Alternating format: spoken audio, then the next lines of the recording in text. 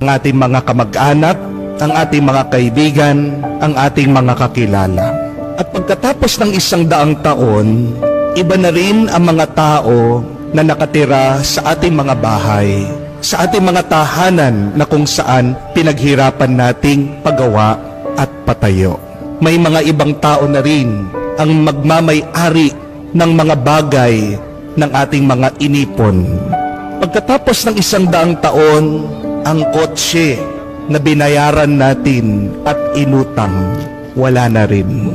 Maaaring ito ay scrap, lata na, tinapon, o baka inilibing na rin.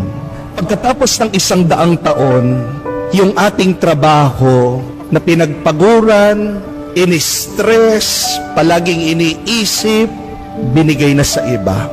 O maaaring ang kumpanya na ating pinasukan ay wala na rin.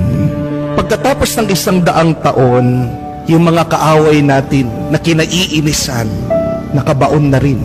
At pagkatapos ng 100 taon, kahit ang ating mga kaapu-apuhan, hindi man tayo maaalala, makikilala, o matatandaan. Pagkatapos nating mamatay, larawan na lang tayo.